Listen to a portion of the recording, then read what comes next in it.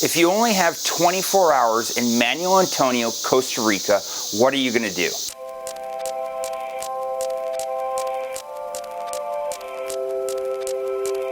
In order to create these guides, I spent 5 to 7 days in each area. In this case, I spent a week in Manuel Antonio. Everything that I'm gonna go over in this video is everything you can do in 24 hours. In order to start 24 hours, you have to find somewhere to sleep.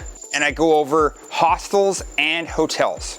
And obviously things to do, because there's lots to do in Manuel Antonio. Then I go over coffee, fitness, breakfast, lunch, and dinner, late night or nightlife, cocktails, etc. So first, you have to figure out a place to stay. I always usually shoot at the Salinas. Right now I'm at Salina Manuel Antonio. This place has so many different levels, different villas, as you can see behind me, different pools, and it is kind of like a boutique hotel transformed into a hostel in the middle of a jungle. Next, I'm gonna go over hotels. So I've provided 2 different options. The first option is La Bota. So most people that come to Manuel Antonio obviously go to the national park.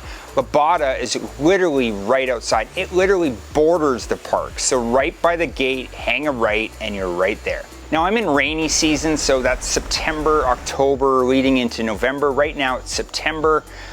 Rainy season price, which is a low season price, was $150 a night.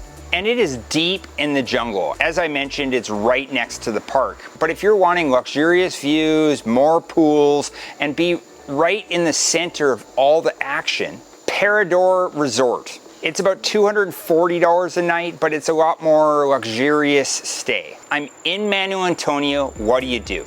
You go to the park. Go to the national park. You have to go to the national park. Okay, here's the thing. If you're driving to the national park, drive all the way to the park. Don't wait. There is a whole bunch of people trying to get your money, saying they've got passes and we're official. They're not official. They're not official at all. You're still 3-4 blocks until you get to the park. So you drive along, then you hang a left. It's a little tricky. You're not going all the way to the end of the road. You're gonna hang a left, and then at the fork in the road, you're gonna hang a right. And right in there, that's where I suggest you park. There's an official parking in there. Do not park before, trust me, they're gouging you for money. Okay, so to get into the park, it's a little tricky. So what you need to do is you need to go to a website. You need to go to a government Costa Rica website, which I'll provide down below, and you buy your ticket. At the time of this, it was $16.08 or something for admission into the park. Then I went to another website and I hired a guide, and the guide was awesome. I'll provide his WhatsApp link down below. You can hire him directly. He was the best bang for the buck. Now we got there at 7 a.m. before all the crowds. By the time we were done our tour, which was 2.5-3 hours, there was tons of people in the park. I highly suggest to go very, very early when you go to Manuel Antonio. Now there's other options because we're high in the hills or the mountains or the valleys. There is tons of zip lining and tons to do if you're an adventure seeker. But I would not suggest hiking without a guide. You have to hire a guide. Right behind us is the jungle, and trust me, seeing what Manuel Antonio has and suggesting all the poisonous things, it's much easier to go with a guide because there is a lot of wildlife and sometimes you don't want to run into certain wildlife. Okay, so you figured out where to stay. Now you wake up, and what's the first thing that I usually do? Well, I go to look for a coffee. So right across the street from Salina is a place called Baguette. Now be careful, there are certain places that, yes, create good coffee, but they also come with a price tag. This was $7 to $8 for a latte. Now in Manuel Antonio, you definitely walk around. You can catch the bus or you can catch a taxi, but we just decided to walk. So we walked about 750 meters to Cafe Milagro. It's got an awesome little patio tucked away in the back, but you have to ask for it to go back there.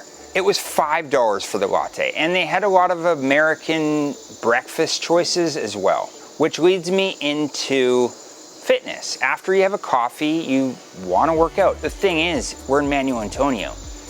You don't really need a gym. Manuel Antonio is a very hilly place. Salina, for instance, is right on the top of a hill. It droops down on one side and droops down on the other. Therefore, if you're going to the beach or coming back from the beach, you're definitely going to put in some steps. Also, you'll definitely climb some stairs. On average, I'm putting in anywhere between 20,000 to 30,000 steps and climbing about 70 to 80 floors in roughly a 24-hour period. But if you're not looking to walk up and down and walk everywhere you could possibly go and explore, and you're looking for a much easier option, there are a lot of city buses that will get you to where you want to go. There is MA Fitness, Manuel Antonio Fitness. It's kind of small, but it's very clean and it has everything that you're gonna need. Okay, so you've worked out and now you're looking for food. Now we get into breakfast.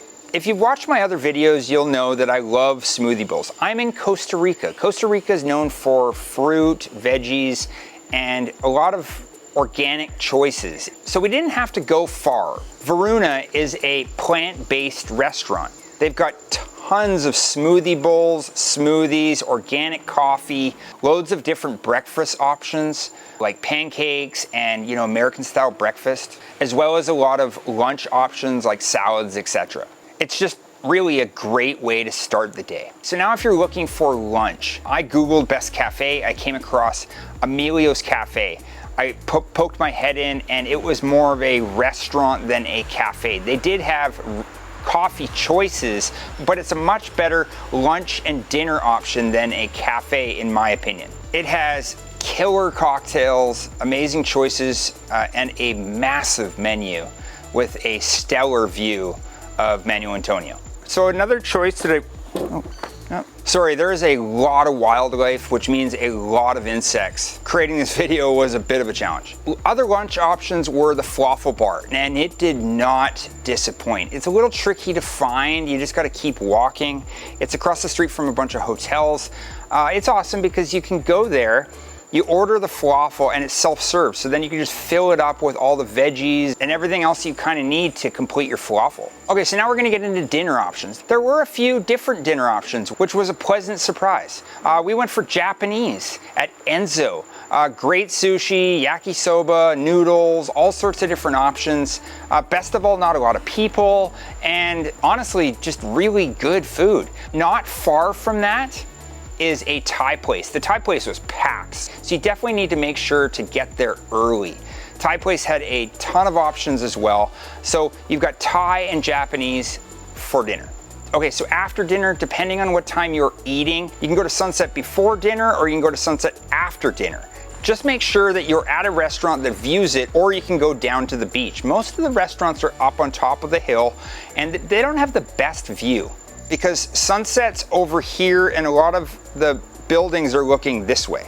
Okay, so when it gets into nightlife or cocktails, etc., I didn't notice a lot. I'm in rainy season, there isn't a lot of people here, so I've been able to do this video without people walking around. But walking along the street, I came across YOLO, which is a sports bar. They got a cafe downstairs, and I believe they're connected to a hotel.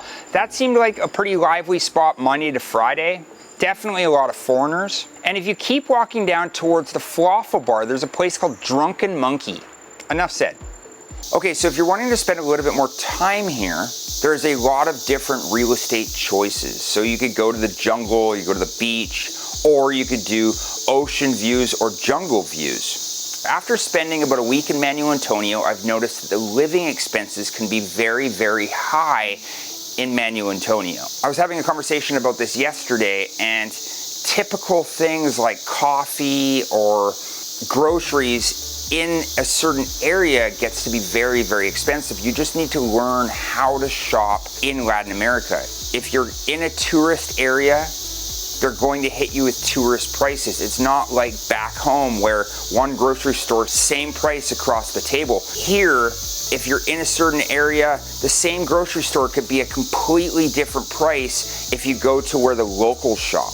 Now, if you like this guide, make sure to let me know in the comment section below. Let me know if I missed anything and subscribe to the channel. Oh yeah, watch my next guide.